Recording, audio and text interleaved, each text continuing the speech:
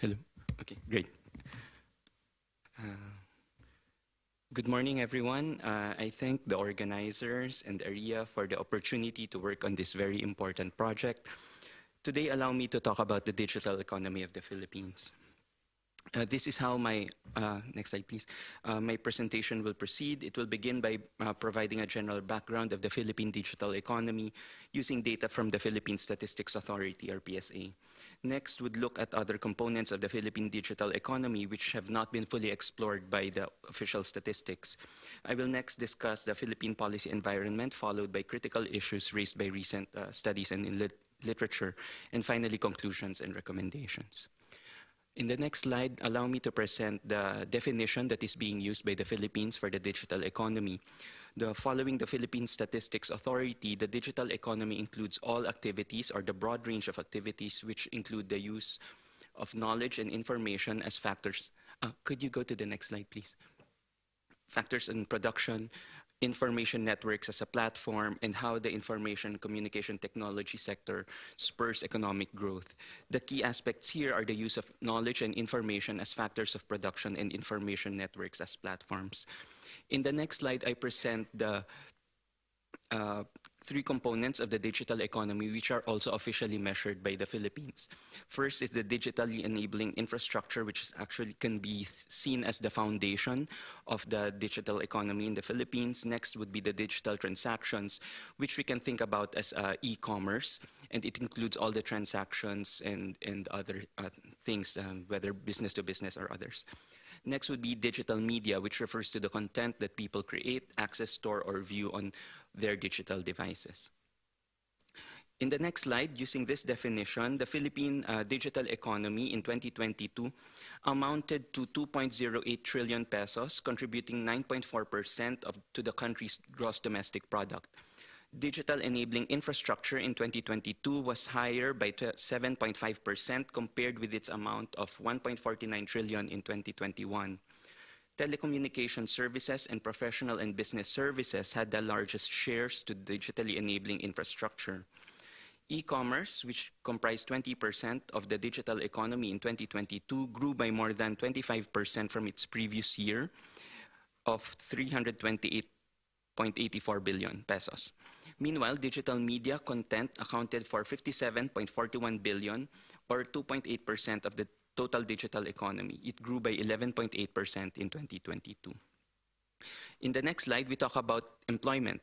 The digital economy employed 6.05 million persons in 2022, which is 8.2% higher than the 5.59 million employed in the digital economy in 2021. The share to total employment has been declining since 2020, the height of the COVID-19 pandemic. A slight recovery is observed in 2022, but still below the contribution to total employment before the pandemic, if you look at the numbers for 2018 and 2019. The following section describes, in the next slide, some other components of the digital economy, such as the platform economy, gig economy, industry 4.0 use, sharing economy, and algorithmic economy. These have not been particularly discussed by the PSA definitions.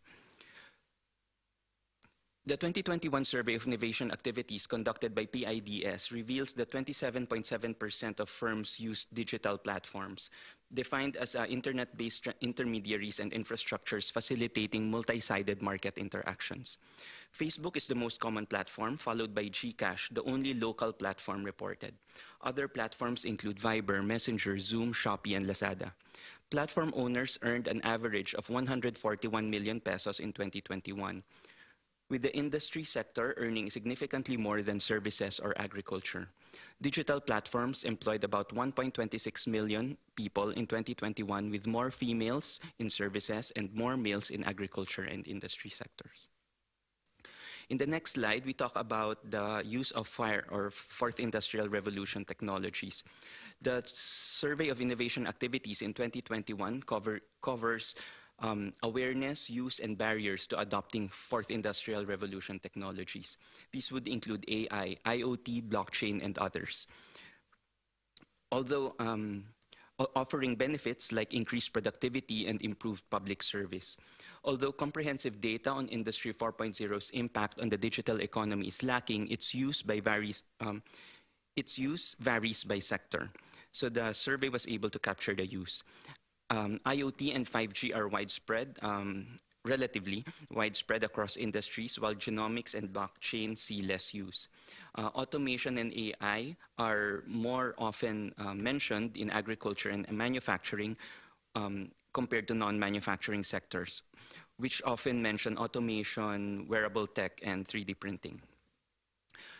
Quantum computing is mentioned by some of the BPO and ICT manufacturers, with 3D printing popular in other services, maybe capturing construction.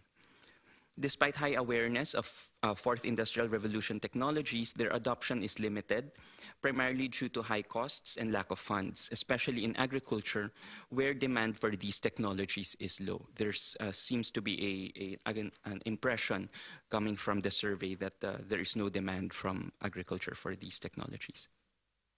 The Philippines ranks third globally in online platform work, with a significant presence in Upwork, mainly from Asia. It's the sixth highest working freelance market as reported by Payoneer and GCash, with the pandemic boosting full-time freelancing for its job flexibility and multiple income streams. Filipinos excel due to their English proficiency, competitive pricing, and cultural familiarity, making them attractive to international clients. Platform work has particularly expanded income opportunities for women and youth, offering flexibility and autonomy. This is beneficial for those with additional commitments like childcare. The service sector leads in the digital platform use in the Philippines. However, Filipino freelancers face challenges like lack of benefits, income uncertainty, and solitary working conditions. Researchers, recognizing in the next slide, please, complexity of data, are developing methods to quantify the Philippines' sharing economy, a digital economy subset involving asset sharing without ownership transfer, enabled by digital platforms. Using a methodology in literature, there's an estimate that the sharing economy's value is around 2.58 billion in 2019, dropping to 1.878 billion in 2020, and then rebounding to $6.47 billion in 2021, constituting about 38% of the digital economy. This significant contribution includes e-commerce services like transport, food delivery, and online travel, as well as non-digitally deliverable services such as hiring of professionals through digital platforms. Finally, algorithmic economy, as defined by UNCTAD Information Economy Report in 2017, highlights the growing importance of algorithms, automation, AI in the economy. A report predicts that AI, especially ChatGPT, could add $90 billion to the Philippine economy in 7 years, contributing about 20% of GDP through applications like content generation and code creation. However, the Philippines ranks 12th among 14 Asia-Pacific economies in AI adoption, as per an International Data Corporation study. So it trails Japan and China, but slightly ahead of Vietnam and Indonesia. Despite this, the region's AI platform usage is expected to grow, with the adoption rate jumping from 39% in 2021 to 76% in 2022. In the next slide, I will now talk about the Philippine economic and Philippine policy environment. Next slide, please. And next slide, please. Okay. Mark, you have 2 minutes. Okay, focusing more on the two administrations. No? In the next slide, let me talk about the Duterte administration. It was during this administration's midterm update that the Philippine Development Plan mentioned about a comprehensive set of strategies targeting the digital economy. In the next slide, I present all of these strategies. As you can see, there are aspects of the digital economy which covers production of digital goods, digital services, digital skills, and including ICT access and even DE incentives. In the next slide, I am presenting here the policies of the current administration, the Marcos Jr. administration.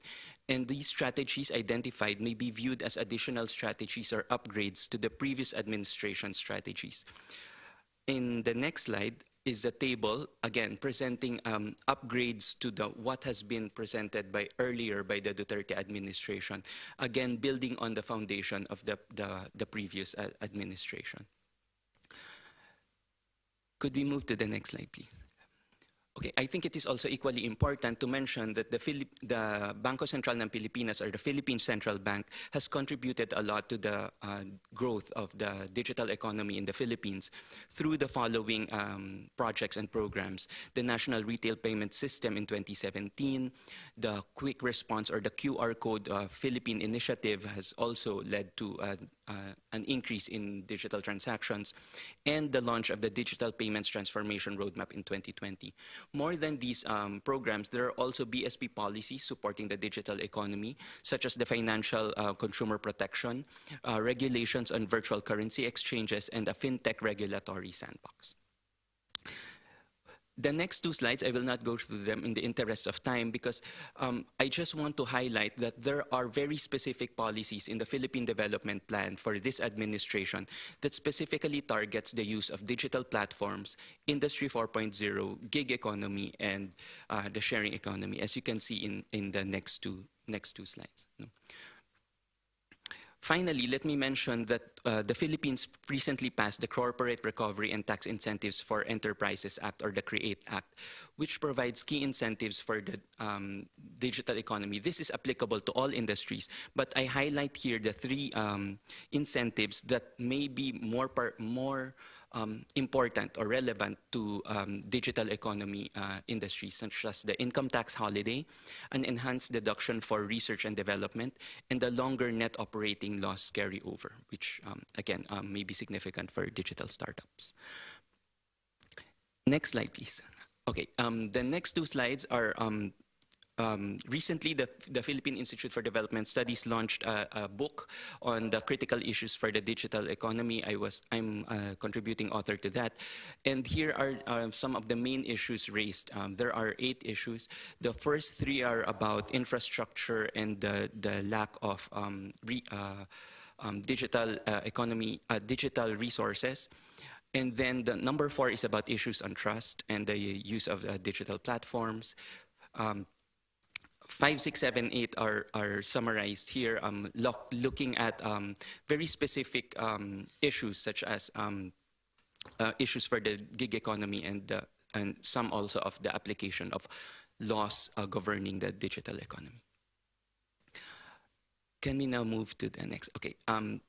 In the interest of time, I will not go through my conclusions. It's really just a summary. But let me go to the next slide, which is my recommendation and steps for moving forward. So I have 3 main recommendations based on the critical issues and also the policy environment of the Philippines. First is really what is important is strengthening the core of the digital economy, and increasing the resources available for the use of the industries.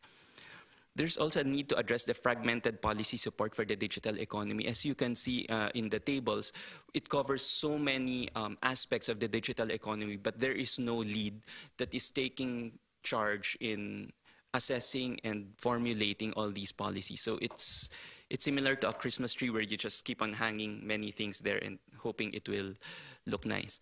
But yeah, there's a need to address the fragmentation in policy. And finally, collect data and unmeasured aspects of the digital economy. Luckily, the PIDS was able to conduct a survey of innovation activities that was able to look at certain aspects, but this is only a one-time thing that may need to be replicated in the future. And with that, I end my presentation. Thank you. Thank you. Thank you so much for this excellent and really information-rich presentation. I'm going to give now the floor to the paper discussant, Jae-Yoon Ho, who is joining us online. You have 5 minutes. Thank you. Thank you. Can you please allow me to share the screen, please?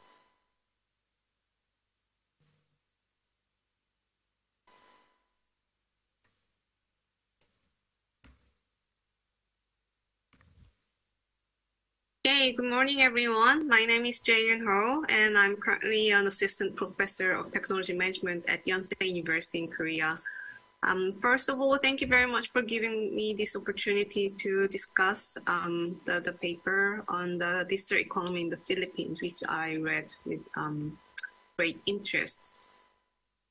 So first of all, it was striking to learn that Philippines' digital economy is really big already, particularly amounting to over 2 trillion Philippine peso, and it contributes to about close to 10% to the country's GDP as well. In particular, the e-commerce particularly contributed a large part of the district economy, about 20%, and it shows a really rapid growth of 25% just in the past year, which was really interesting. And there were also some interesting characteristics about the Philippines district economy, such as the high use of digital platform on the businesses, but mainly in industry and services. And the fourth industrial revolution technologies are currently being used, but because of the high cost of acquiring technology, some of the technologies seems to be lacking in the Philippines. On the other hand, the sharing economy accounts for a quite significant contribution to the district economy. And there were also some comments about the algorithmic economy because of the increasing roles of algorithms, automation, and artificial intelligence, which is quite beneficial, yet investment in AI needs improvement. So this was a really good overview of the digital economy in the Philippines, but I came across with the question, so how does this really compare to other countries in the world, especially in Asia? So we see that it is good.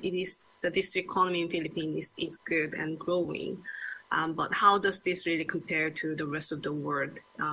It would have been helpful to learn this, to know how competitive the digital economy in Philippines is really. And in terms of the policy, there were many interesting policy efforts in the Philippines to support the digital economy, especially related to digital finance.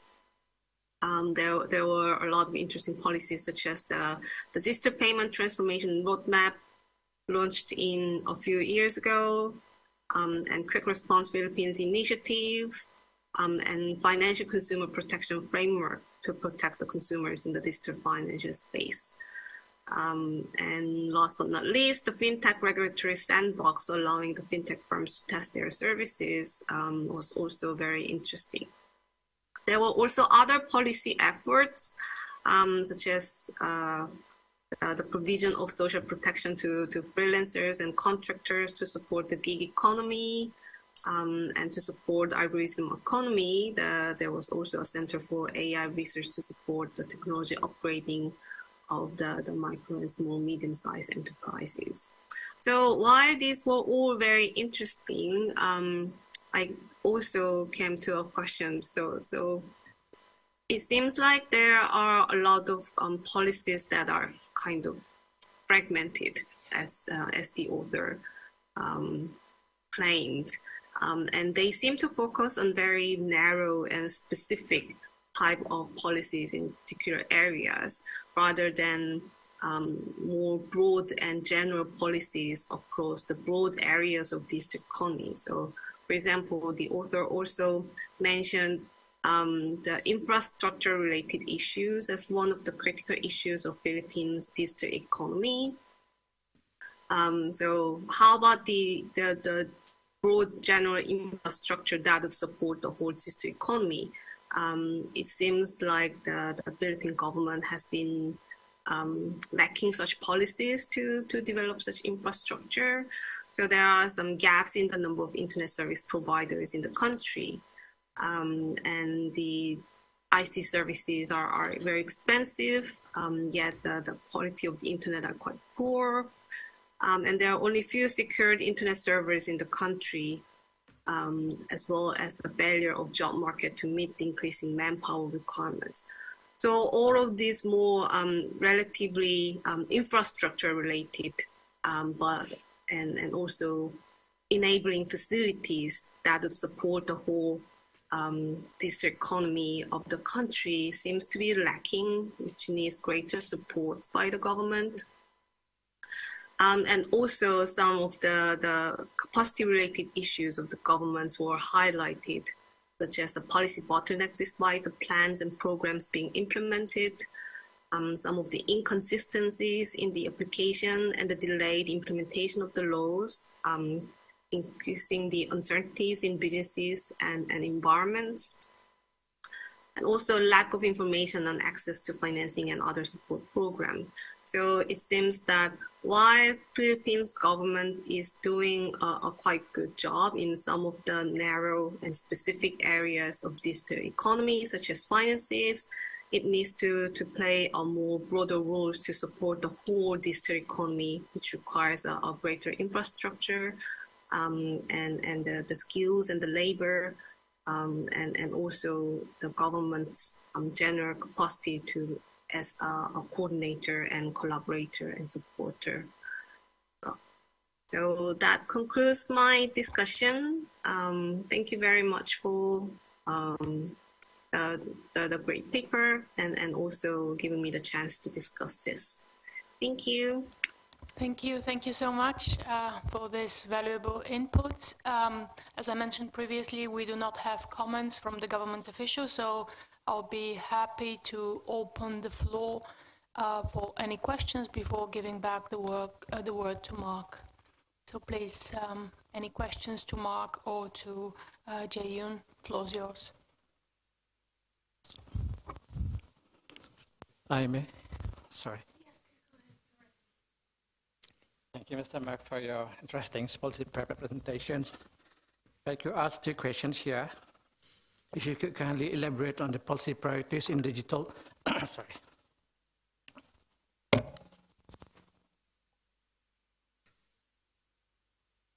So my first question here, if you could kindly elaborate the policy priorities in the digital economy initiative in the Philippines, especially in reducing the digital gap, promoting digital inclusions between urban and rural area. As you mentioned, internet access is relatively expensive in Philippines. And my second question is about, the Philippines is a country with dynamic digital economy, which has produced many successful startups in various sectors such as e-commerce, fintechs, media, and more, as you presented earlier. However, the Philippines also face some challenges in terms of digital environment, support for entrepreneurship, such as low internet penetration, high cost of internet service. So what is the main drivers for the successful startup in Philippines? Thank you. Thank you so much. Mark, if you would allow me, I would gather some more questions and then give you the floor. Any other questions addressed to Mark? Then maybe I can follow up with a third question, which really builds upon what Jae-yoon was talking about, and that is, oh, sorry. Yeah, thank you. Please go ahead. Thank you, Professor Mira. Nice presentation. My first question is, how is the policy on human education, on education or human resources in Philippines regarding the digitalization? And the second one is, follow up our discussions yesterday. What do you think should be put in Philippines, because you don't have officials here from the Philippines? I mean, on the table, should we put the sustainability starting from the beginning of our design of digitalization or digital transformation, or later phase? Thank you.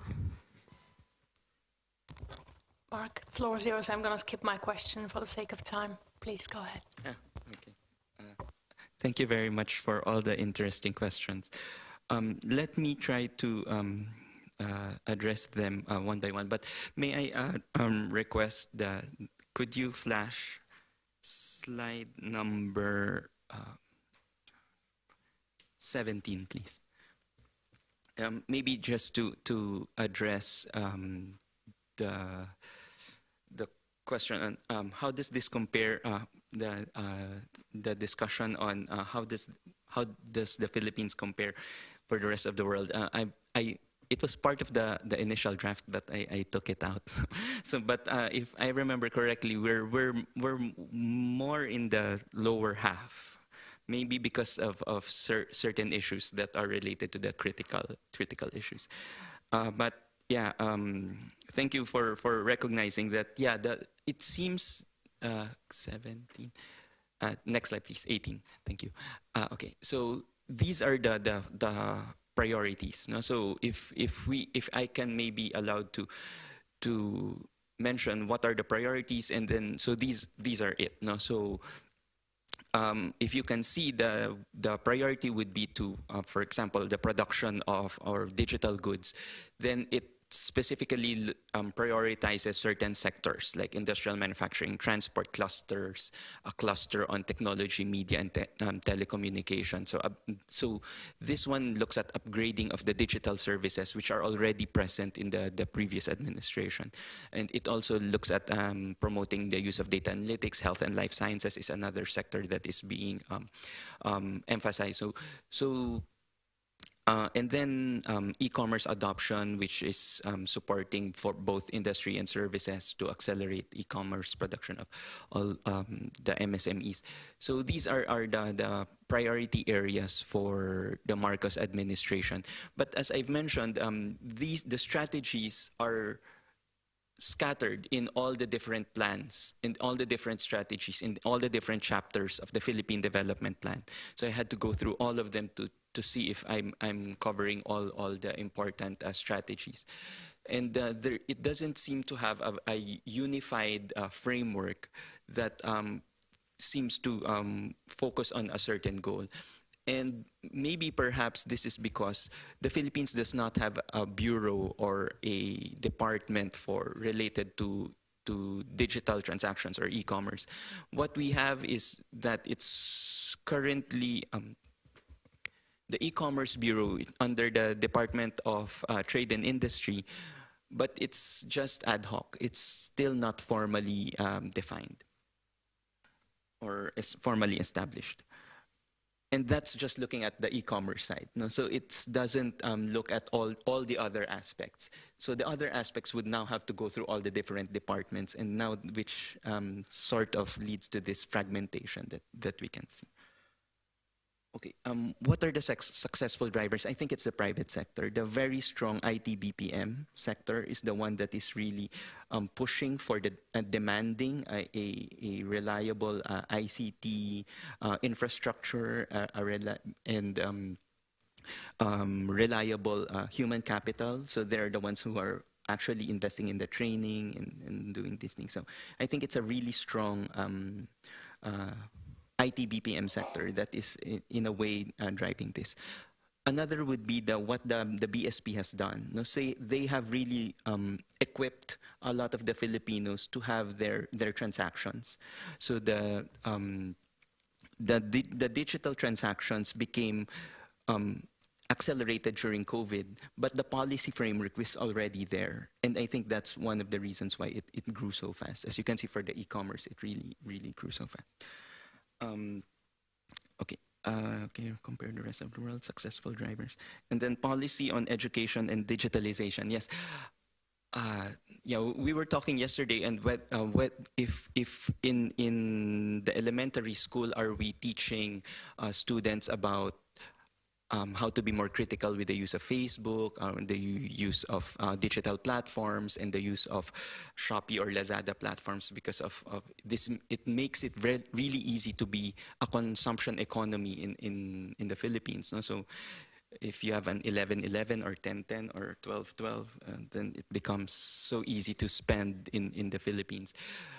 But what we have observed is that it's not being taught so there are two divides. No? So the children are not being taught about how to be a responsible participant in the digital economy. And then you have the other side where you have our elderly who are getting some type of access.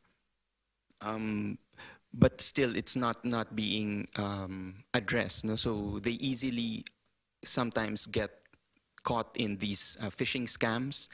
So even if the BSP has been actively mentioning and promoting and advertising how to secure your digital bank transactions, it's still very easy to um, scam certain segments of the population, especially those who are quite vulnerable.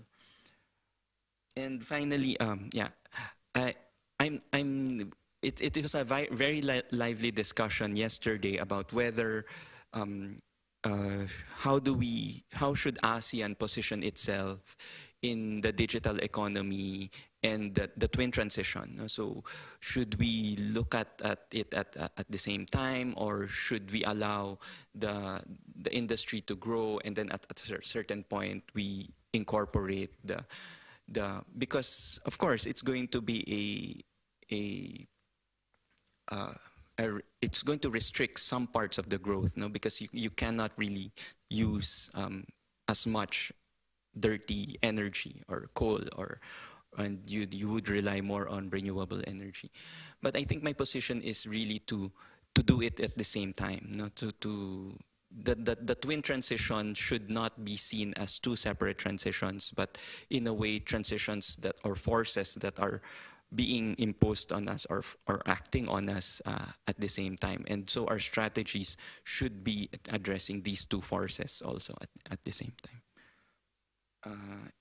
I hope I was able to answer most of the questions. Yes, thank you so much. Okay. Thank you. Thank you also for ending on this very important note about the sustainability of the digital economy. It's a growing topic and it has not been addressed so far in any agreements. So we do have certain elements, maybe a little bit in DEPA, but this is one idea that potentially, ASEAN can also address this topic, at least in some soft law manner, also in the future DEFA. So that's quite interesting. And there, of course, ASEAN countries can be very innovative, like thinking in a forward-looking manner. Thank you so much. With this, I think we conclude the session on the Philippines. Thank you so much for the participation. And then we can continue with our next session on the digital economy in South Korea. And I give the floor back now to Jane Hu joining us online.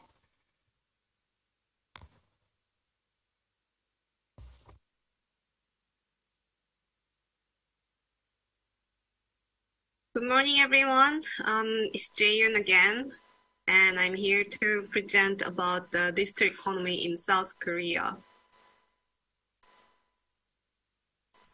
This is the brief contents of my talk today. I will briefly introduce the introduction and background of the study, followed by the current status of digital economy in South Korea, and what government efforts and progress at policy level made this possible, yet there are some remaining issues and challenges for further successful digital economy in South Korea. So first, with the introduction, we have observed the profound societal and economic changes driven by the extensive application of digital technologies such as Internet of Things, artificial intelligence, cloud computing, and big data, and so on, across all the countries, not only in South Korea. But in South Korea, the concept of digital economy has grown significantly over the past few years. It was used, the word digital economy was initially used to refer to e-commerce economy, where the trade of goods and services occurs via the internet. But then it has extended to the entire set of economic activities based on all the digital technologies. So it basically consists of three main segments of the economy. So first is the digital products and services. So the products and services related to the information and communication technology devices, as well as the software and content and so on. The second segment is the new business models and industries enabled by these digital technologies. So platforms, platform industries, and social network services, and recently OTT in the media and culture industries. And last but not least is digitalization of all the business and economic activities that are induced by digital technologies. So now the concept of digital economy contains a much broader technologies and relevant economies across our whole society. And this has been even intensified because of the COVID-19, because since COVID-19, we have all experienced digital transformation and digital economy, which has significantly transformed our society and economy by embedding the digital technology into every innovations from the remote work to all of our daily life activities. So technologies such as the VR and the digital twin amplify the burgeoning metaverse, illustrated by the events such as Blackpink's September fan club, drawing global audiences in the millions. However, this goes beyond the pure entertainment, as in this digitally driven landscape, companies deeply rooted in the digital sphere gain an international advantage. The blending of digital technologies has led platform companies to reshape the traditional business lines, forming powerful economic and industry ecosystems. So before we go into the details of these, let me first briefly illustrate the current status of digital economy and digital transformation in South Korea by highlighting the South Korea's digital competitiveness. So according to the International Institute for Management Development, South Korea's digital competitiveness ranked 12th out of the 64 countries just a few years ago, which is an indication of the South Korea's relatively high competitiveness and forward-looking approach to digital transformation. This evaluation considers three primary dimensions: knowledge, economy, technology, and the future preparedness. So in terms of the knowledge, it consists of three segments: talent, training, and education, and scientific concentration. So the country excels in scientific concentration, ranked number 3, yet in terms of talent, it's ranked very low, showing room for improvement in developing and attracting digital talents. The country also presents a mixed picture in terms of technology category, because it ranks very high in technological framework, showing a strong technological infrastructure conducive to digital innovation. But the regulatory framework for digital transformation is relatively low, suggesting a need for further enhancement in policy and regulations to facilitate digital transformation. In terms of future readiness, the adoptive attitude is very high, yet the IT integration is ranked relatively low, demonstrating the needs for greater integration of the technology into the businesses and services to increase the country's digital competitiveness. A few other characteristics about the current status of digital economy in South Korea. First is the digital governance in South Korea is at a very world-leading position, mainly led by the world lead. And I'd also like to highlight the industry. So this world-leading position for digital governance in South Korea is mainly due to the world-leading position for the delivery of digital public services, supported by the top-notch telecommunication infrastructure that the country has. Yet there are still rooms for improvement because there are a limited ability to anticipate the citizens' needs. In terms of the South Korean industry's readiness for digital transformation, they vary a lot between the SMEs and large enterprises.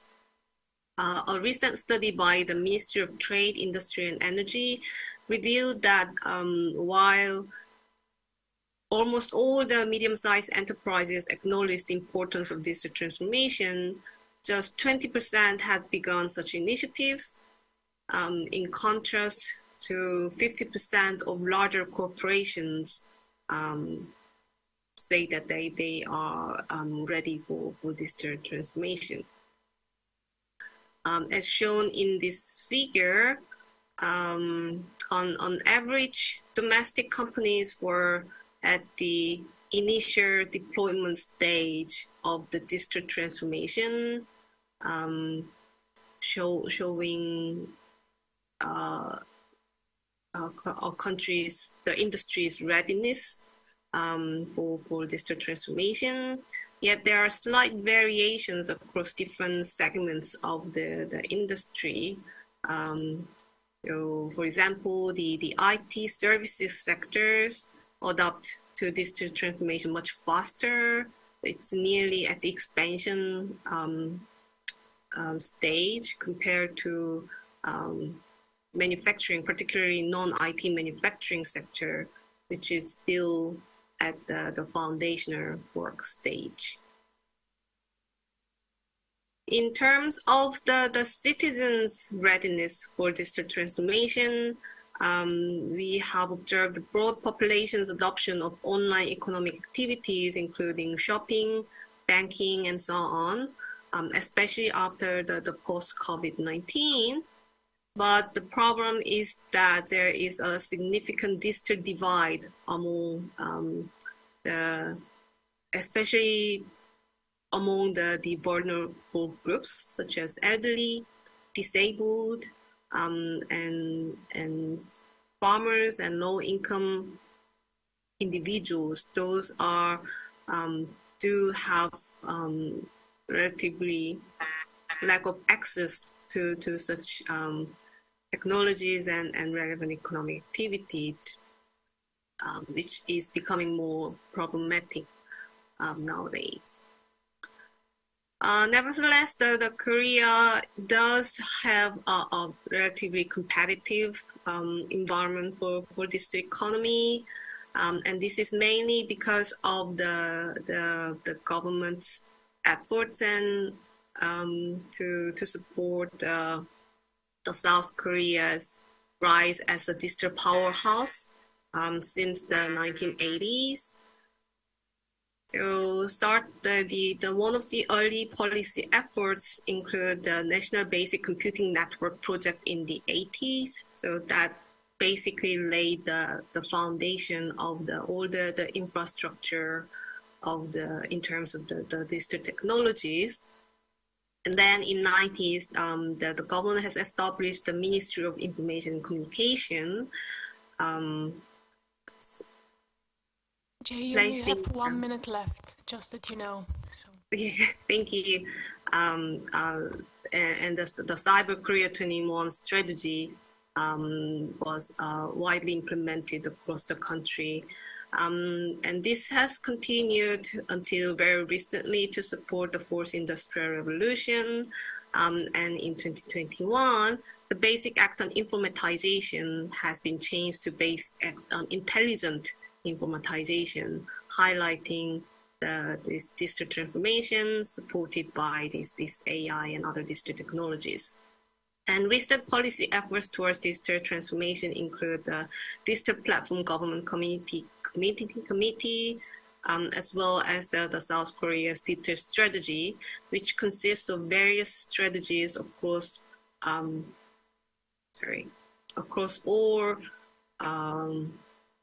all different areas, from the district capabilities and expanding district economy, district society, district platform government, as well as the district culture. So the South Korean government's policy covers, of course, the broad areas of not only digital technologies, but relevant economies and societies as well.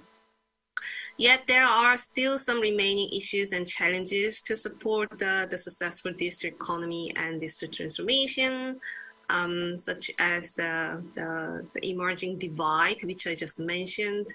There is a disparity in digital readiness of the small and medium-sized enterprises, and also the deepening digital divide among individuals. There are also some labor issues to be addressed since AI is starting to replace the human labor.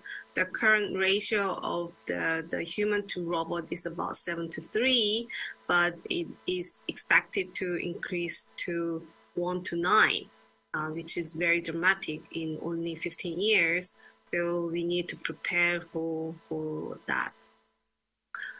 And there are also some relevant ethical issues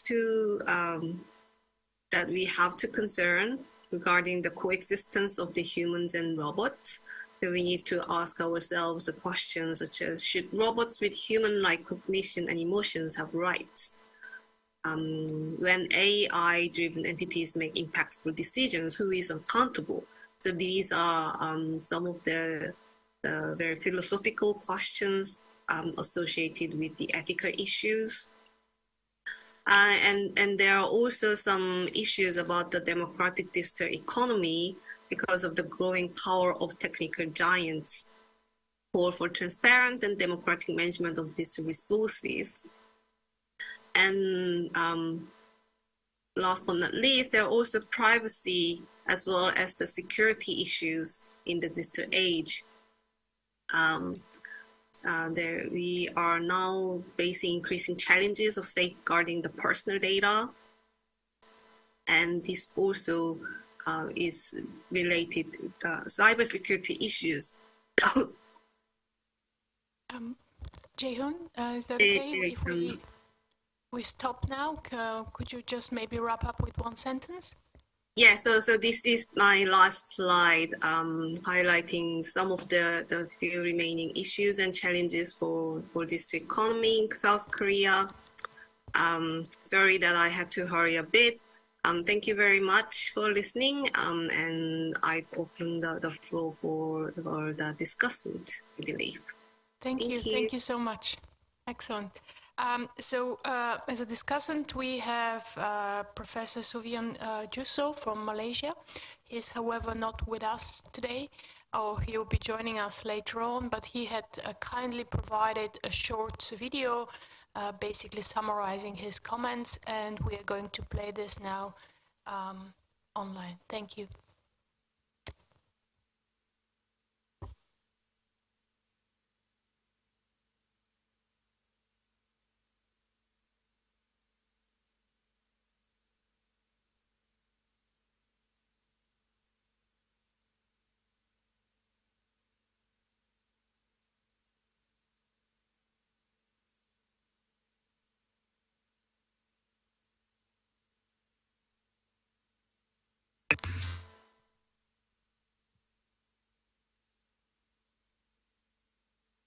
Recording stop. Recording in progress.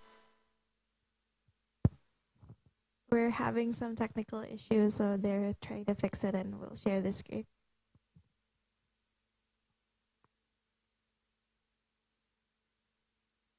All right, so we are experiencing some technical issues, and I'm with the showing of the video, and I'm going to open the floor for questions. And Thank you, everyone. I would like to thank Mira for chairing. We are the World Trade Institute alumni. We were part of the NCCR International Trade Project many years ago. I would like to congratulate Professor Jae-yoon Ho from the Underwood International College, Yonsei University in South Korea, for the excellent paper on the digital economy in South Korea. The paper explains about how South Korea progress in the digital economy and how it becomes one of the leading economies in not just in the digital economy but also in new technology or frontier technology. The South Korean economy has grown very fast, and compared to the Southeast Asian economies, South Korea has managed to overcome the middle income trap and has now become a technology frontier, technology frontrunner instead of a technology adopter like many ASEAN member states. In the latest Technology Frontier and Innovation Report published by UNCTAD in 2023, Korea is classified as a technology frontrunner and as a big player and an important player and innovator in related technologies like the artificial intelligence, in big data, in drone, and also blockchain. Although the knowledge landscape in these areas are dominated by the United States and China, but Korea is competing in these categories together with many other neighboring countries in Asia, like Japan and India. And importantly, Korea's digital economy is very much private sector driven. Korean innovators and players in the digital economy has spent a lot of time and money in the research and development. In the Global Innovation Index 2023, published by WIPO, shows that Korea is ranked 10 out of 132 countries where research and development is at 5% of the GDP, where patents and innovations are the Koreans' main strengths. And this shows that ASEAN member states, apart from Singapore, have a lot to catch and to learn from the Korean digital economy and the digital technology. In the Frontier Technologies Readiness Index, it is ranked as 6 out of 166 countries. And this shows the level of readiness and the level of technology adoption, which is very important in moving up the value chain in the digital economy. So it's very important for ASEAN member states to learn and to work together with South Korea in the development of the digital products and digital services. We should be able to learn how Korea managed to develop many private sector companies, leading companies in this area. Not just producing products, but also producing services. And we should take this opportunity to learn from South Korea on how to tackle big issues like talents, like innovation, like the digital divide. Although the paper and Professor Ho discussed that South Korea faces issues like digital divide and also the talent development, but I guess we have to learn and to understand how Korea tackles all these issues in order for ASEAN to further develop our digital economic activities. Because talent development is very important, digital divide is also important to ensure the uptake of the digital technology. Although South Korea is 26 in the IMD South Korea Digital Competitiveness in terms of talent development, but they are ranked number 16 in training and education, showing that with consistent training and education, South Korea will be able to overcome the challenge in the talent development and talent availability in the digital economic sectors. With that, I would encourage ASEAN member states to learn more from Korea. We should have more programs in bringing in Korean knowledge transfer and also bringing in Korean investors and industry players to work together with ASEAN investors and ASEAN innovators. Thank you very much. I thank Sufyan, my former colleague, for his thoughtful comments, and I'm going to open the floor now for questions. Because our speaker is online, if you can just briefly introduce yourself when you ask the questions, that would be great. Thank you.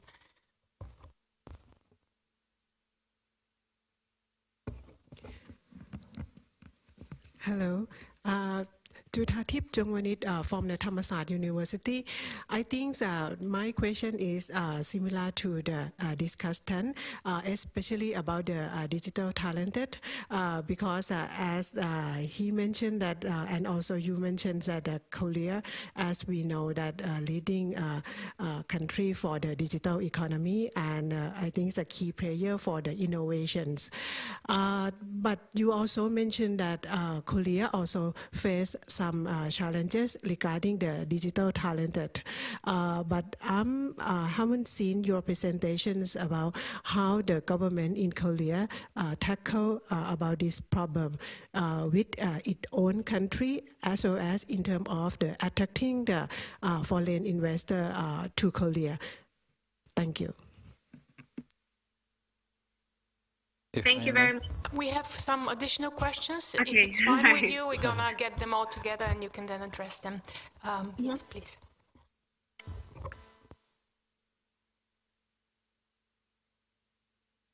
Thank you. My name is Haikal Doriakin. I am from Faculty of Economics and Business, University of Indonesia.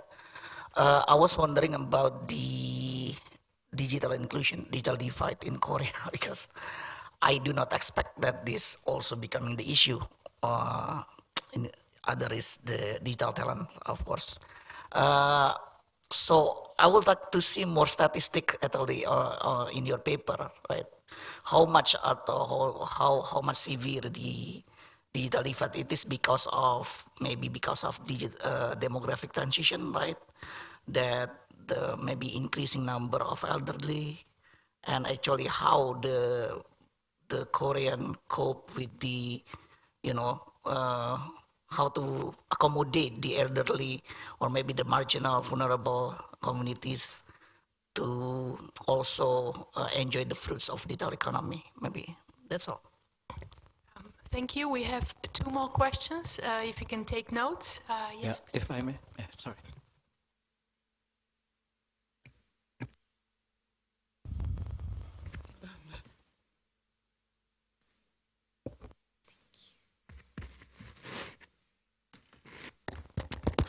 Hello, can you hear me? Hi, I'm Pachalakan Wachit, the government officials from Thailand. My comment is also similar to the previous comment, just to emphasize what we want to learn from Korea. As we all realize that Korea is one of leading countries when it comes to digital transformation, based on excellent digital technology and infrastructure. I've heard that Korean government announced the Digital New Deal policy with the Korean New Deal comprehensive plan to overcome the economic crisis and lead to the global digital economy. Through the Digital New Deal, Korean plans to use all its technology to produce an outcome that can have significant impact on the digital lives of its people. By overcoming the COVID-19 pandemic and preparing for the digital economy in the future, Korean will seem to set a good example for the rest of the world. Moreover, many countries around the world nowadays are promoting e-government by introducing ICT to improve government services. While some countries are successful in running a digital government, others are struggle to catch up. Korea is amongst the top countries that have achieved the successful digital government. The new Korean e-government seeks to improve its economy and increase its value and wealth through probable digital strategy to build a new digital economy. So these are some examples. If the study could possibly add on some more information, not limit to those I mentioned earlier. So it would be benefit to other countries to learning each other. Thank you. Thank you so much. So the interest is great for your presentations. I'm going to give you the floor now, and we have 2 more pending questions. You can take them in the second round of answers. Thank you so much, Egan. Okay, thank you very much for all your interest and interesting questions. In the interest of time, I will briefly touch on the first two questions, as the third comment was more like a comments rather than questions, and it's aligned with the previous two questions. So the first question is about the talent. So yes, the Korean government did introduce policies related to increasing the talents in the district economy. Yet I didn't have time to really include them in the presentation. So among the multiple efforts, one of the most recent and significant policy effort was the comprehensive plan for nurturing district talent. So this was launched in about a year ago, last year summer.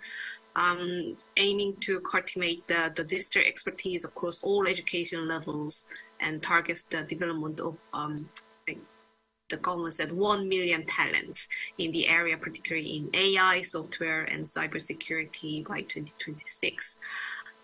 So this plan, comprehensive plan, is of course the all district education system, and ensuring the district knowledge access for all students at different levels. And in order to streamline these efforts, there is an extensive collaboration of over 200 organizations, which is called the District Talent Alliance. So this is the alliance across the training and educational institutes that are serving as a platform for strategic discussions on nurturing district talents. So Korea does spend a lot of money on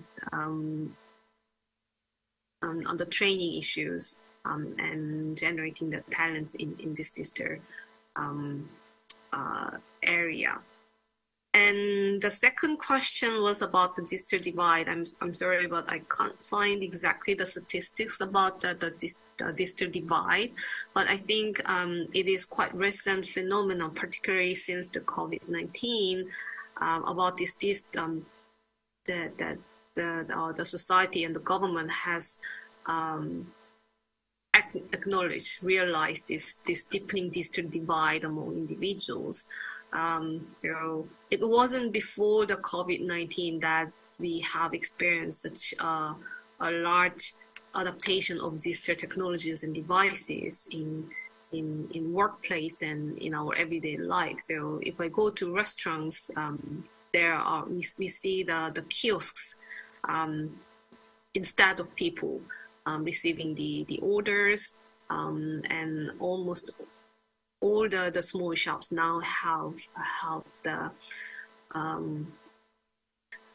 what is called, like there are no like serving people, like they are serving robots nowadays. So this wasn't that significant before pandemic, but it is now becoming really widespread, and this is the point where now we are starting to realize the district divide among individuals, because those district technologies and relevant skills are not really accessible by the marginalized groups such as elderly and those disabled and those located in countryside and who are more isolated. So this is a relatively recent phenomenon that government hasn't really introduced any specific policies. I think this is in a stage of generating awareness across the society that this is going to be an issue. So we'll see what government plans to do in the future. Thank you. I hope this answered the questions. Yes, and there are two more coming, so please bear with us. I'm going to give the floor to my colleagues. Thank you, Prof. So thank you. My name is Anshari from University Brunei Darussalam. So thank you for sharing about digital economy and digital transformations in South Korea. As we also concerned and discussed in digital society issues in yesterday, And as we know that South Korea has one of the fastest aging populations and the lowest birth rate in the world. So if I may ask for more insights, what policies has the government prepared to ensure the sustainability of the digital economy and digital transformation in the face of the challenges posed by an aging population? As you mentioned in your presentation, that AI will replacing the human labor. However, in order to create, maintain, improve AI, we still need human task force.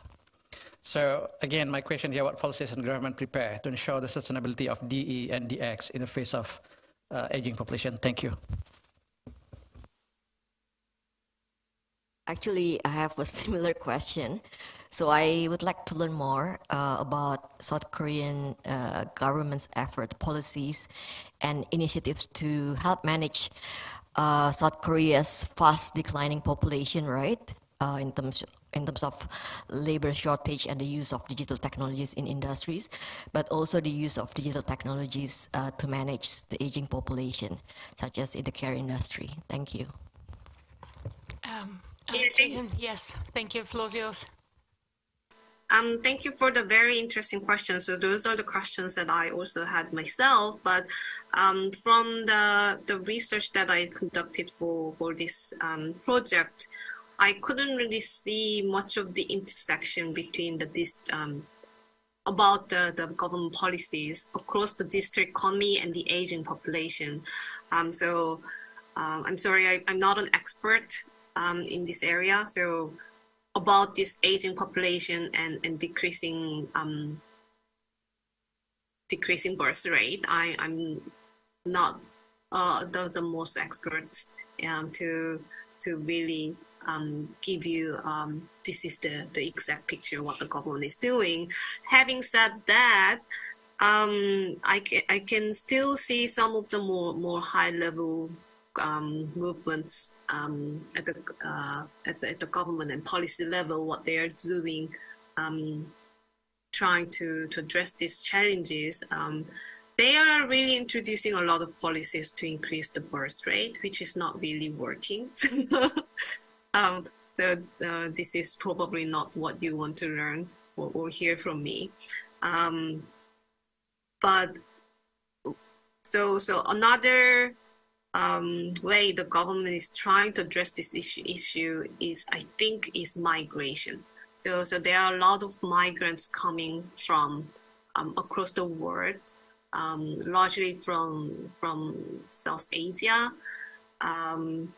I mean, I have a lot of students myself coming from the other Asian countries and other countries across the world who are coming to study in Korea and also may stay after their studies. So I think this reflects that even though the South Korea's birth rate is really low, we do have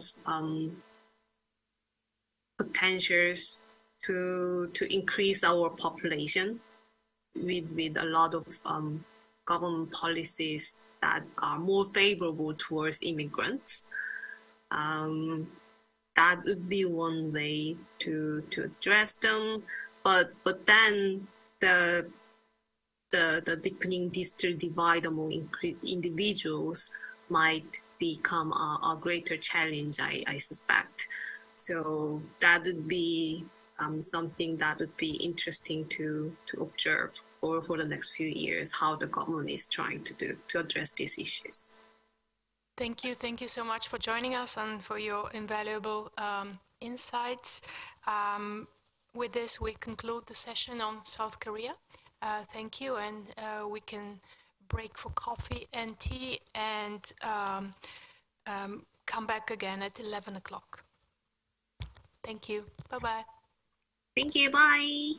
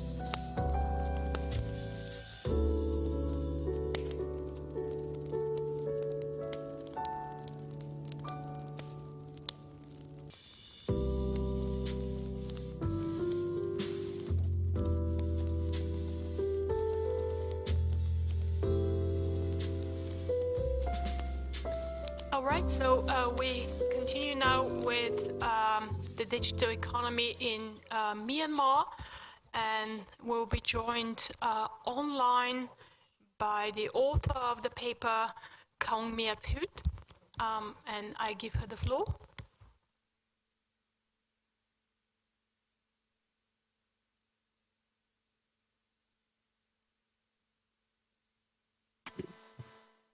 Hello, can you hear me well? I believe. Thank you. Okay. Good morning to you all. My name is Kong Miat Hut, and I'm going to present about the digital economy of Myanmar today. I'm sorry that I cannot join the event in person due to my travel plans, and hope to join with you all in person in next event. Can you all see my slides? Mm-hmm.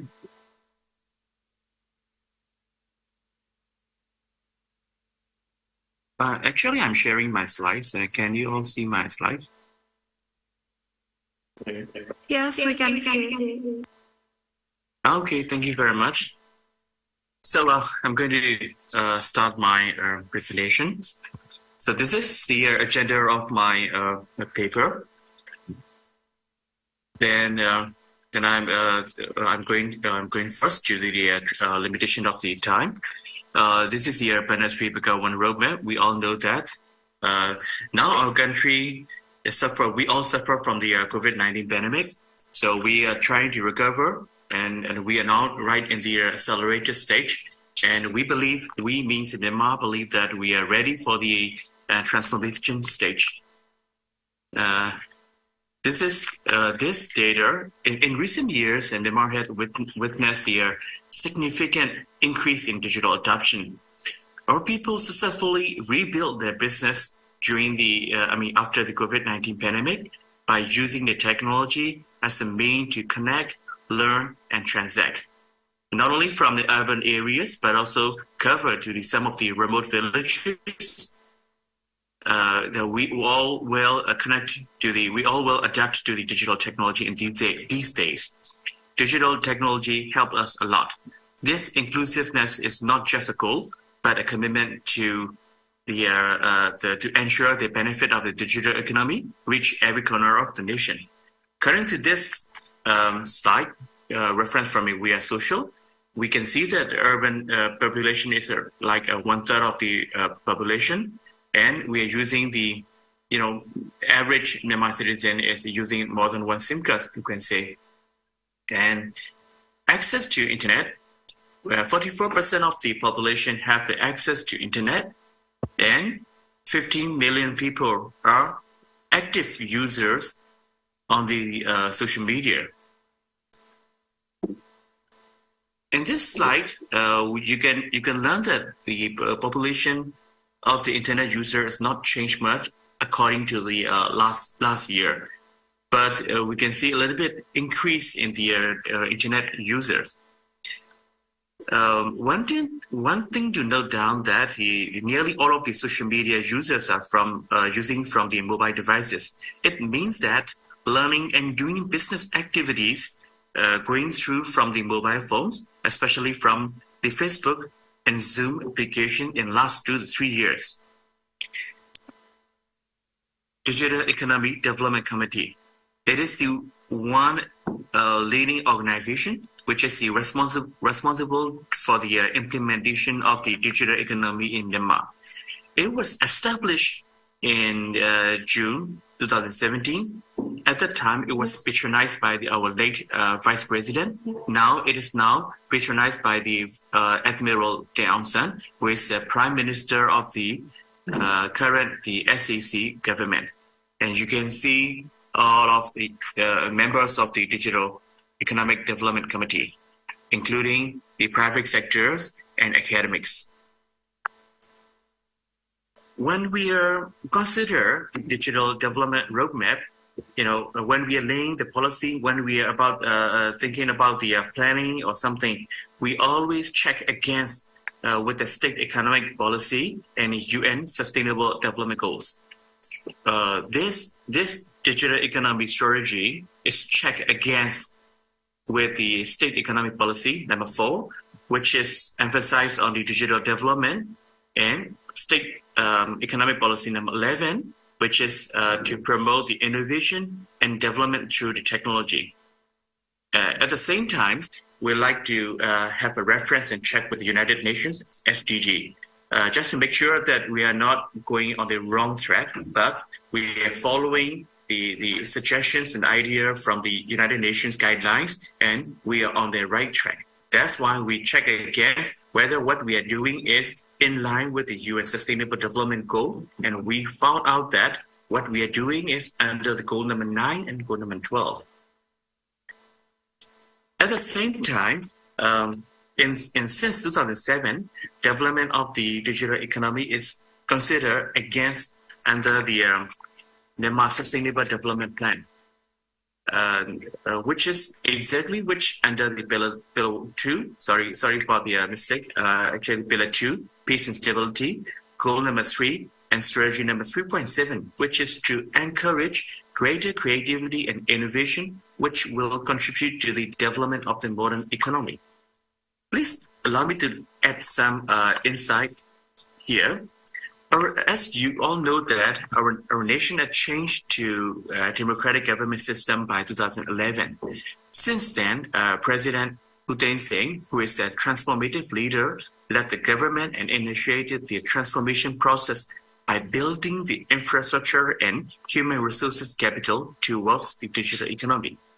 Then by 2015, the new government is elected and focused on national peace and decentralization process of the government agencies.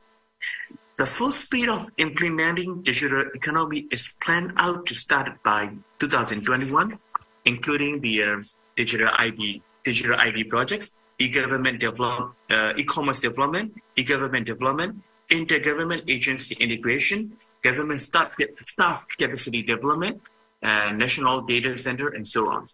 But you all know that it was a little bit slowed down due to the COVID-19 and current political crisis. Okay, please let me continue to the next slide. The mission statement of the DADC. It is to cover the digital transformation, digital government, digital trade, and society. This mission statement and the figure you will see in the slide is very similar to all other ASEAN countries, like considering government, business, and society sector. Like yesterday, Dr. Shiro Armstrong mentioned, we need to consider the development, balance between those sectors. And strategy framework is laid out in order to implement the digital economy strategy as follows. In order to achieve the digital transformation and digital trade goals, the role of the government plays a crucial and a very important role. At the time, we need to develop the digital government goals. In order to achieve the digital development goals, it is necessary to focus on digital connectivity, digital skill and inclusion, digital security, and digital innovation. To do that, we all agree that we need to check, review, and amend the regulations and policy according to current environmental factors. Regulations and policy need to reflect the next new normal situation. On the right-hand side of the slide, you always see that the strategy framework is prioritized to education and healthcare sectors. The other primary, secondary, and tertiary or service sectors are focused as shown in the slide. Due to the time limitation, I'm not going to focus on these 3 slides. They are showing the progress of each sector of the digital economic development, sector by sector. Now you all will see that where we were in 2020 and where we will be by 2025. Here you will see the digital transformation and trade progress and targets. Here, digital government, index, digital connectivity, and skill inclusion, security, and innovation. This is how we, where we are now and how we are targeted targeted by 2025. You all know that our country political situation is very fragile, but thanks to the government officials across the different agencies to their great efforts in achieving these goals. They may slow, maybe a little bit, and not reaching the target by the time of 2025, but the government officials are trying to keep moving forward as much as they can. Now, I would like to focus more on the recommendation parts. First of all, in order to achieve the digital transformation and digital trade, it is necessary to promote digital trade and e-commerce as well as the digital payment system. In the early days of the military coup by 2021, bank services were shut down and had a little bit difficult time for about a year. Besides, people lost trust on banks, as the banks cannot issue their cash back. At the same time, people feel that the banks have provided their personal data and transaction histories to the SEC government. Here, my recommendation is that the Central Bank of Myanmar should lay down a policy and regulation as how the records, KYC, have to keep in the banks and things relating about the privacy protection. Currently, what we are doing, what the banks are doing is back to the stable and a very operative like 2018 and 19 days. We kind of gained the trust from the banks again. Not only we're using cash, but also we are back on the, digital payment platforms again. Last year, in order to add some more information about digital transformation and trust issues, last year, Ministry of Telecommunication asked for the SIM card registration. And last 5 months ago, Ministry of Commerce asked the online business to register at the e-commerce registration. Likewise, Ministry of Immigration is now preparing for the digital ID registration. Actually, this was planned since the last government around 2018 and 19. But people were sensitive in these days as the data were asked under SEC government. Here, my recommendation is to educate and fuel the process as quickly as possible in order to create the values beyond those registrations. To narrow down the digital divide, the government should give some tax incentives as well as support on IT equipment and technology-based businesses. Kawang, you have 1 more minute if you would wrap up. Yes, thank you very much for the reminding. And this slide is about the digital government recommendation. In sum up, like I said, the government need to create the apps and platform to engage with the citizen. I found out that the government officials are doing well, but what they need is the digital leadership. The officials should know how to make a policy and have a vision in digital leadership. Digital connectivity, honestly saying, as you all know that what is happening in our country. So we already have laid out the national broadband strategy, and it is going, but at slow speed at these days. In order to achieve the national broadband strategy, we need the little bit stability in the political. At the same time, we need the strong banking system, so then we can go forward. For the digital security, we need to educate the people as well as we need to educate the government officials. Like about 6-7 years ago, when you meet with the government officials, when you receive their visiting card, they were mentioned that their email address is using Gmail, Google Mail. That's why we all have to transfer from that using the free email into the domain email, which is very secure and have protections. Like we all have a certain level of protection of the cyber crimes and protection, but we still need to go better. As for the digital skill and inclusion, yes, we all have issues of the digital literacy education, but we have a new curriculum laid out by last year. So starting from the secondary level, we will put the IT subjects in the school and start to deliver the topics, including the privacy online and how to use the social media and do's and don'ts on the social media. At the same time, not only to the sorry. Time's up. If you can, maybe just one last sentence. Yep. Okay. As the one last sentence, as I mentioned, we need a digital leadership. We need the people, process, and technology alignment.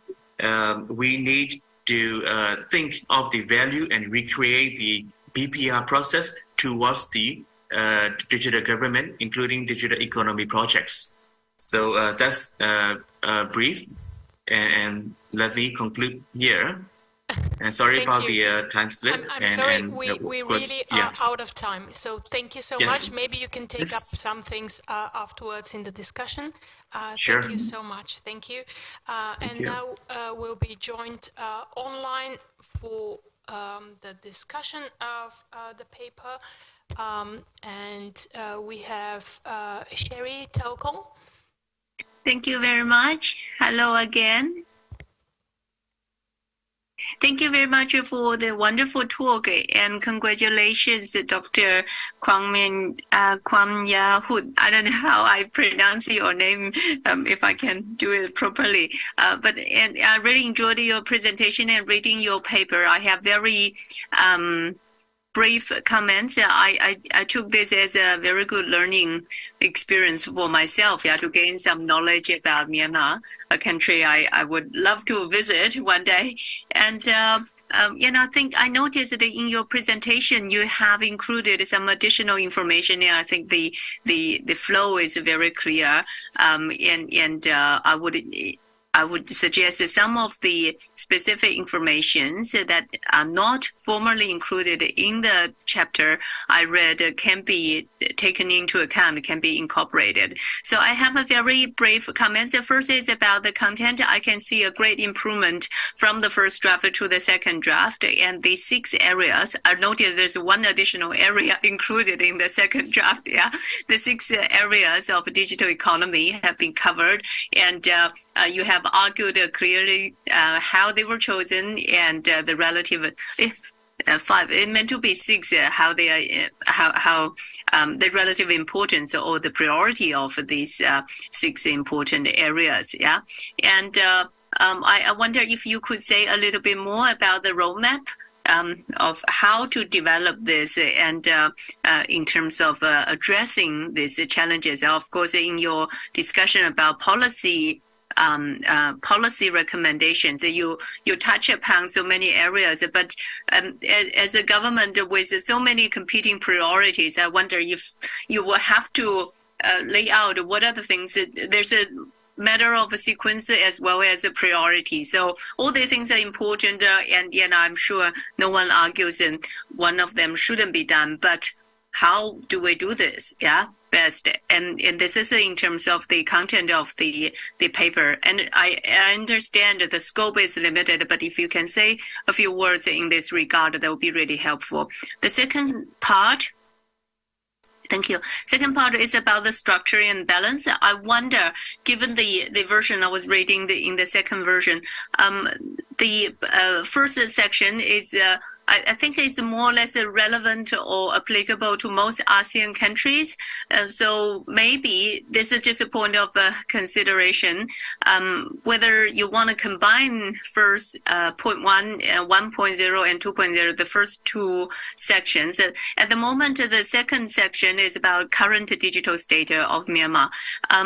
There could be a lot more. I found it myself feeling, I would like to know more. So whether the data are available, whether you can have access to this information, I don't know. But please, if there's a possibility, tell us a little bit more about the variation, about the the types of the areas and the sort of distribution and how Myanmar is situated in amongst the ASEAN member states. Yeah, how can we sort of form a more informative kind of perception about Myanmar's digital economy and strength at the moment, 3 and 4. One is about the committee, which is the big organization, the decision maker, and 4 is about the goals and action plans. I wonder if there's a point to combine these things. So basically, one is the apparatus, the other is what is sort of set out to do. So to me, this is sort of connected. Whether they should be divided as in parallel with the general data and the thing, just for your consideration in terms of the structure and balance. And the last slides, please.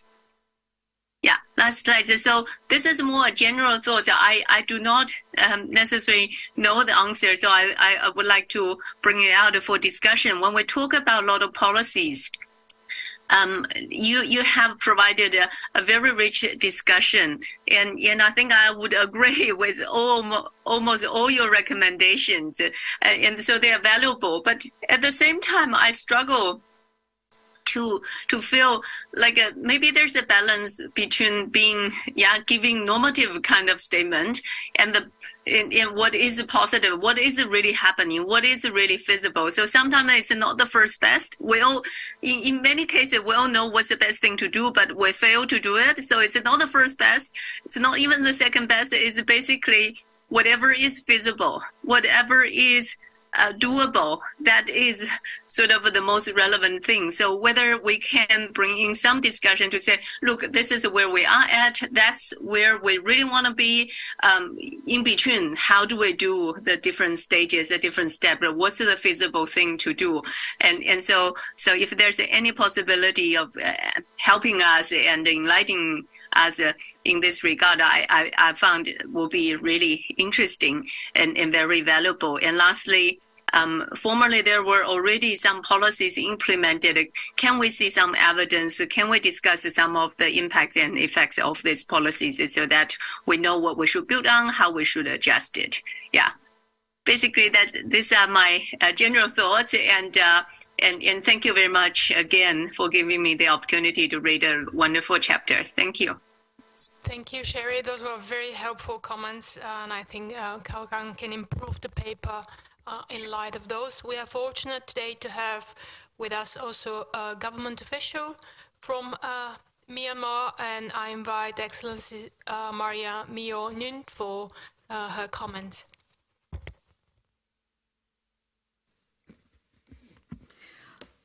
Oh. Thank you very much, Professor Mira, for giving me a floor. And this is my very first time to intervene this meeting, and taking this opportunity, I would like to, express my appreciation to IRIA for inviting me to participate today's dialogue, and also for providing one hospitality and excellent arrangement during my stay in very beautiful place in here, Karapi. Today's dialogue is very much important and timely for us because the development of digital technology is growing day by day, especially during and after the pandemic. Before I made a comment for the paper, I just want to share some information regarding what is government, and made effort improve our digital economy. As the President already mentioned, Myanmar has taken a lot of initiatives for achieving digital transformation at the national level. The government of Myanmar established Digital Economy Development Committee, DC, led by Deputy Prime Minister and Union Minister for Transport and Communication as patron, in order to support the establishment of digital economy of Myanmar.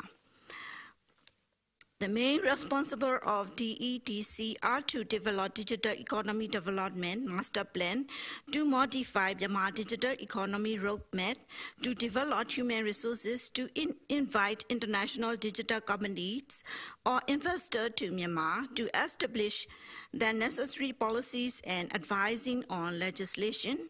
5 subcommittees were established under DEDC.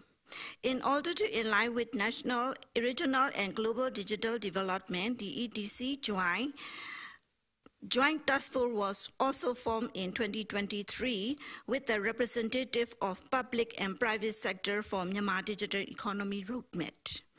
In addition, as the digital world and new digital trends are rapidly progress in the world, Myanmar is also drafting e-commerce master plan 2030 based on previous e-government master plan. I would also like to share the information regarding with the promoting some initiative of digital trade of Myanmar. Government has been trying to transform the e-government services system since 2006. Myanmar TradeNet 2.0 system has been implemented to apply for the export and import license and permit and trade-related cards, including exporter-importer registration certificate. Through the national platform, Myanmar officially joined the ASEAN Single Window System for electronic exchange of the intra-ASEAN certificate of origin in December 2019. Myanmar Customs Department is also trying to implement exchanging ASEAN Custom Declaration Document (ACDD) and electronic sanitary and phytosanitary (ESPS) under regional commitments.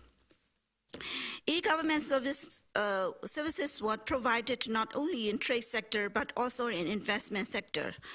Right Trade Investment and Company Administration under the Ministry of Investment and Foreign Economy Relations launched the online company registration system, MyGo, on August 1st, 2018.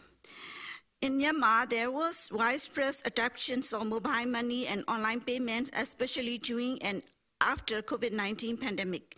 According to the research, almost half of the Myanmar population have mobile money account.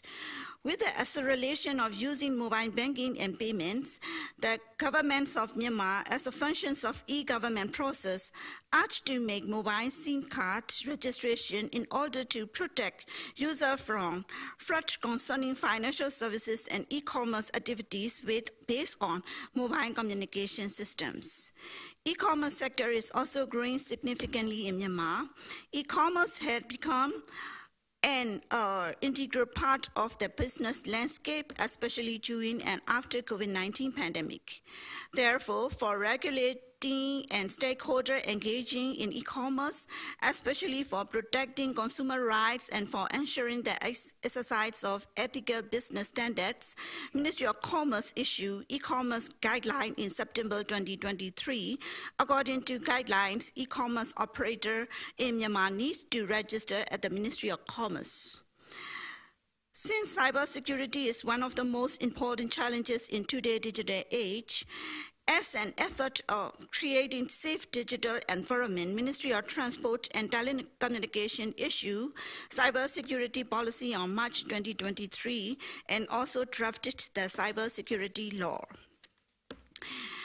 And now regarding the presentation made by Dr. Kamyat Tuk. Thank you, Dr. Kamyat Tuk, for your comprehensive presentation. And your presentation is very informative and very insightful, of course.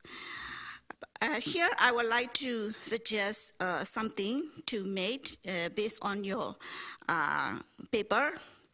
And you mentioned the DEDC is established in 2017 and now is chaired by Admiral Tiang Son.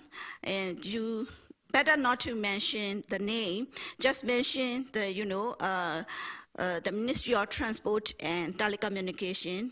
This ministry is taking care for the digital economy because the minister has already changed And at that time, is the Admiralty Council, now is General Nyatung, and who is led by the chairperson for that committee. So this is my first point. And the second point, we are not the conditions of the military coup and just taking the power in accordance with 2008 Constitution. So just a caretaker government. So it's not a military coup. And also, Your Excellency, if you can maybe wrap up, complete your remarks, that would be great for the sake of time. Okay. Also, you mentioned, yes.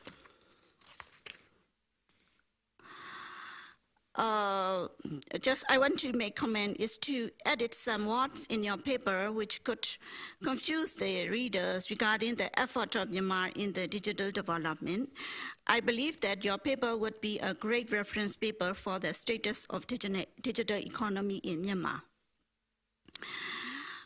However, it is needed to edit some, facts, especially on mobile SIM card registration and digital ID system in Myanmar. And also that you mentioned in the page 7, and also page 12, and you mentioned the Facebook censorship, and I don't think now our government have enough power to make a censorship on the Facebook. And as far as I understood, there are some groups that can have control to make a censorship on the Facebook social media. And in conclusion part, you mentioned some sentences, something like the government are considering too much of the national security, blah, blah, blah, and should reconsider the existing policy that discourage the development of digital economy and explore those which support something like that. So now we are in the state of emergency. Security, national security is of course considered as the very first priority. So, and even though Myanmar is currently in the state of paper emergency, national security must be considered as a very first priority. At the regional level, Myanmar, as a member of ASEAN, trying to follow the commitments and the ASEAN digital journey. So I thank you, and that's all my comments. Thank you so much. I think that was extremely valuable, and I'm going to open now the floor, maybe just for 5 minutes for questions to our author. Anyone?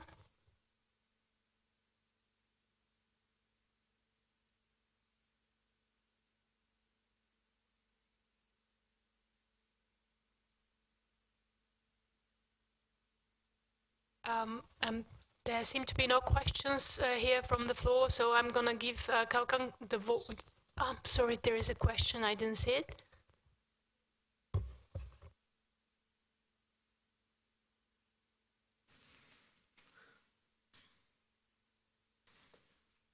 Thank you. Thank you. It's not a comment. It's just not a question. It's more like a comment. I totally agree with comments from Sherry, so I would appreciate very much if Dr. Kong take into account the comments from Sherry. And then the second point, if I may borrow brain from Mr. Sam from Cambodia, I think it would be very helpful if you could provide in your policy recommendations, you prioritize on the issues that are important for Myanmar, and then you provide the details on each recommendations. So for example, issue A, and then this is the recommendations. And I would appreciate if you could go through the regulations that Excellency Director General mentions. So when you're providing policy recommendations, it should be very specific on what kind of regulations of law or policy that the government should take into account, as well as other stakeholders. Thank you. Thanks so much, Lily, for your comments. I'm going to give Dr. Cao Kang just briefly the floor, maybe just to summarize and respond to the comments that you had received. Thank you. Thank you, Professor Sherry. Thank you, Madam DG. Sorry, I forgot the name. The other lady, Madam. Yes, thank you for the Sherry first again. You mentioned about how to develop this strategy and perfect. I'd like to add what is happening in my country. Technology is always ahead of the government and the parliament. It's always happening there. Therefore, but we have a very good thing that the society and businesses are really strong in technology, like people helping each other. But that's why technology is very strong in business sector in the market. So, how to say? There's always the private sector is leading the e-commerce and online shopping activities. At the same time, always the market is using the new technology, and then the governments have to follow according to the changes. You know, they always have to follow with the policies and regulations, like the do's and don'ts later happen in the market first, then followed by the government regulations. You know, that's what how we are doing, and how the e-commerce and e-business are growing in the country. Like I said, thank you for the paper structure, and I would like to study how the other countries are doing, and make a comparison and update their paper. For the third thing about the policies and recommendations, this is not a new thing to the government policies. I myself is a member of the Digital Economy Association, and I myself is a member of one of the founding members of the E-commerce Association in Myanmar, and I'm one of the academic in universities. So these things are really happening and really developing. I mean, start operating and developing in the country for like 2-3 years ago. I only have to adjust and see how the things are going, how the things are. Are the